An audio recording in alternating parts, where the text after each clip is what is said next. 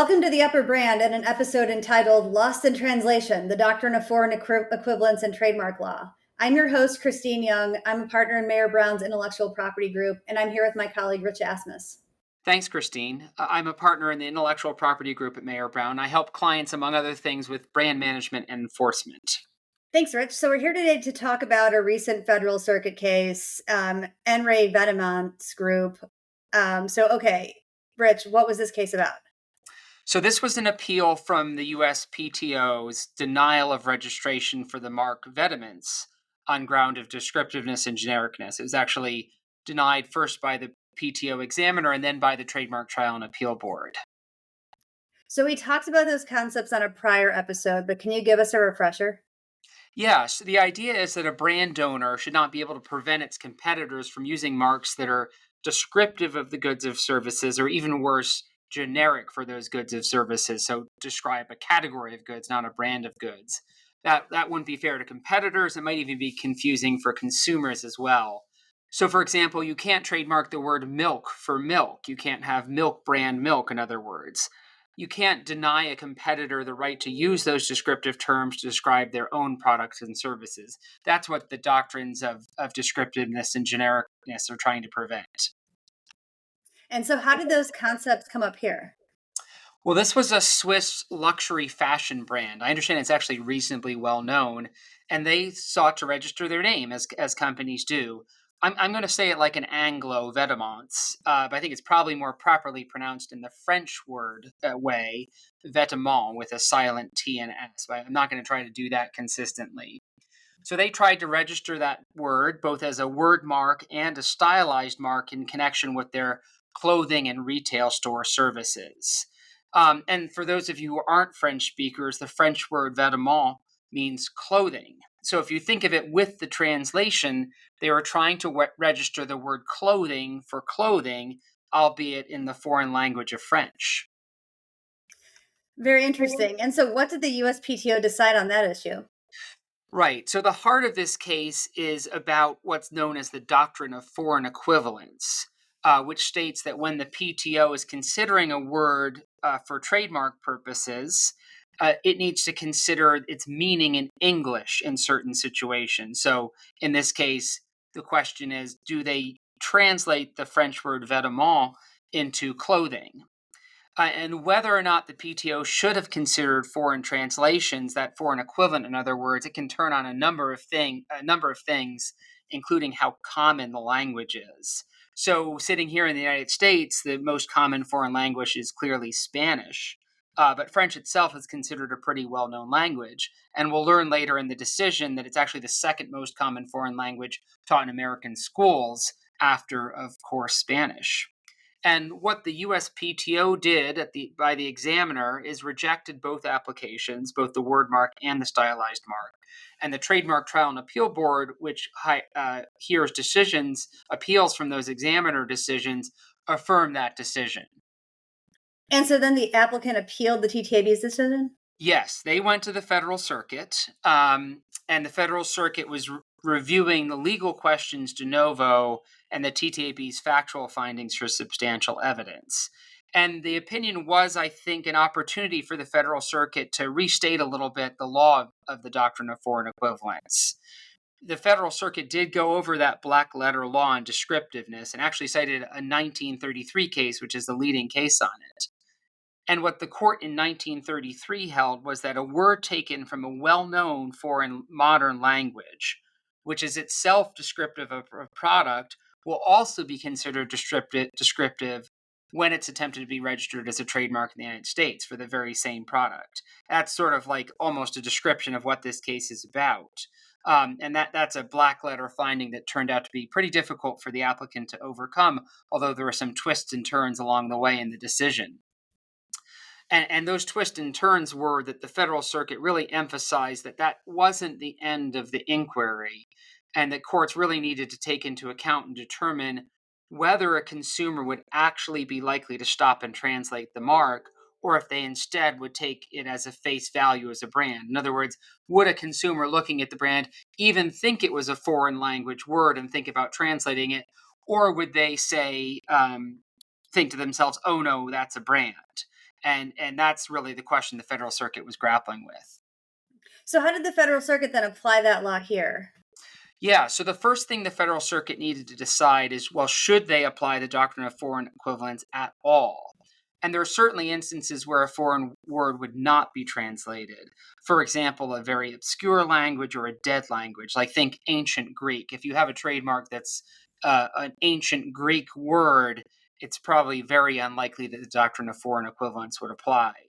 But here, we're not talking about ancient Greek, we're talking about French. And the TTAB had evidence before it that the examiner put in that as of 2010, French was the fourth most common language spoken in the United States. 2.1 million Americans over the age of 5 spoke French at home. French was taught to 14% of all students enrolled in foreign languages in elementary through high school. And in fact, over 12% of all American university students took French. I don't know how true those are today, although I suspect that French continues to maintain its place as a fairly common language in the United States. It also weighed in the Federal Circuit's decision that the word itself, vêtement, was a pretty common word. Um, its English translation, in other words, clothing, was a pretty common word. The applicant said, hey, wait a minute, even though you've got all those French speakers, even though French is taught in schools, probably most Americans could not translate that word. But the Federal Circuit was pretty clear that wasn't the rule, which they said would really vitiate the doctrine of foreign equivalence. And what they said is, to demonstrate the applicability of the doctrine, you just needed to show that an appreciable number of Americans are capable of translating that French word into English. And based on the evidence they had of the prevalence of French in the United States, they thought that an appreciable number of US consumers would, in fact, translate that word. So it seems like there's a pretty uphill battle for the applicant here. What else did the applicant argue to attempt to get around this refusal? Yeah, so once the Federal Circuit had decided that the doctrine of foreign equivalence was going to apply, the applicant was definitely in a fair bit of trouble. They did interpose a couple arguments. They argued that in the specific context of clothing sales, a consumer would not stop and translate, but the Federal Circuit really quickly rejected that argument. The Federal Circuit also quickly rejected the contention that a foreign word in this context was arbitrary and fanciful. They really didn't buy that. I do think there's some aspect of this where the Federal Circuit might have gotten a little bit of this wrong. And what I mean is that I think the brand is a little bit of a joke. In other words, if you're a fan of this brand, I think you're kind of in on the joke that vêtement is a French word for clothing. And in my mind, the brand works as a brand, like specifically because that translation will happen. But that wasn't an argument for the court before the court, and they didn't reach it. It's also important to note here the applicant did try to submit evidence of acquired distinctiveness. And that means that even if something is descriptive, you can show that even if it's descriptive, consumers have come to associate it with a specific source so that it acts as a brand. But the TTAB ended up finding that evidence of acquired distinctiveness lacking. For one thing, they thought the mark was so descriptive that there needed to be a heightened showing of acquired distinctiveness. And this did come up on appeal. The Federal Circuit, however, said that the applicant didn't really challenge the underlying findings, but instead it asked the Federal Circuit to reweigh the evidence. And the Federal Circuit said, no, we can't do that. It's beyond the scope of our appellate review. So in some sense, they never really reached the issue of acquired distinctiveness. The TTAB did, and the applicant lost. But that was probably the applicant's last hope of getting this mark.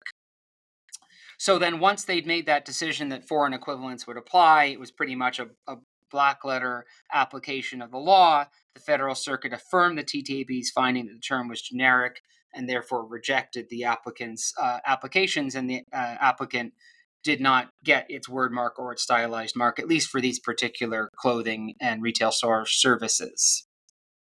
So is there anything else of note in this decision? Yeah, so as I mentioned at the beginning, it's pretty clear the Federal Circuit wanted to use this case to restate or at least sort of put in a single place where people could look for law with respect to the doctrine of foreign equivalence. It might not be happy the way the case law had developed over the last almost 100 years since the 1933 case. I think it might have felt that the important parts of the law were spread over a number of cases. And so it really restated a three-part test. I don't think it's really a change in the law, but it's a very convenient way to think through these issues. The first part of that test was it noted that the burden is on the party opposing translation to show that it's unlikely the ordinary American purchaser would stop and translate a word into English. The court noted in that respect that placing the burden on the party opposing translation um, takes into account the well-recognized tenet that words from modern languages are generally going to be translated into English. The idea here is that if you're using a modern foreign language term, you should pretty much assume it's going to be translated for purposes of this analysis, unless you can make a showing that there's some super special circumstances it should not be translated. So that's sort of part one of what they said is, hey, the burden is on the party opposing translation. The second part we talked about is that as long as an appreciable number of Americans from the U.S. population as a whole were capable of translating the word, then it really should be translated for purposes of the doctrine of foreign equivalence. You don't have to prove that even most consumers would translate it, just that an appreciable number would. And then the final part is that courts should consider whether in context the mark would ordinarily be translated by a purchaser. And they said it's a purchaser with ordinary sensibilities. These changes in tests are sometimes replacing one set of words with another, but those are the three parts of the way to think about the doctrine of foreign equivalence. Thanks, Rich. So some interesting points in the doctrine of foreign equivalence here that haven't really been analyzed by a court in fairly recent years in such detail. So I guess here are some final takeaways. First, the doctrine of foreign equivalence applies broadly to modern languages. I think the court established that here. It generally requires translation into English for purposes of assessing genericness or descriptiveness, unless it's unlikely that the ordinary American purchaser would stop and translate the word. It's also enough that an appreciable number of Americans can translate the term. So, evidence that millions of Americans speak French or have studied it, combined with simplicity and commonality, was sufficient here to support application of the doctrine. So, pretty interesting there on that point. And another takeaway is that the context matters, but direct relationships to goods favors translation. The court here considered whether, in the context of use, consumers would take the market face value of the mark or translate it. And here, because the term directly means clothing, it was used in connection with clothing and retail services. The court found it likely that consumers would actually translate the mark. So the context here did not support treating the mark as arbitrary or fanciful, and it also didn't suggest that consumers would ignore the meaning of the term.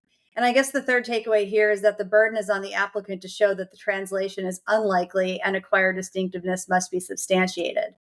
So here the burden is really on the party opposing the translation, which here is the applicant, to show that it's unlikely that the ordinary American purchaser would translate the mark. Additionally, while the applicant attempted to argue acquired distinctiveness, the board found that the evidence was lacking and the Federal Circuit would not reweigh the evidence on appeal.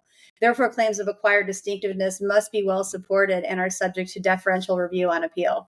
So thanks, everybody. Thanks for joining. And again, I'm your host, Kristine Young, and thanks for joining us on The Upper Brand. We will see you next time.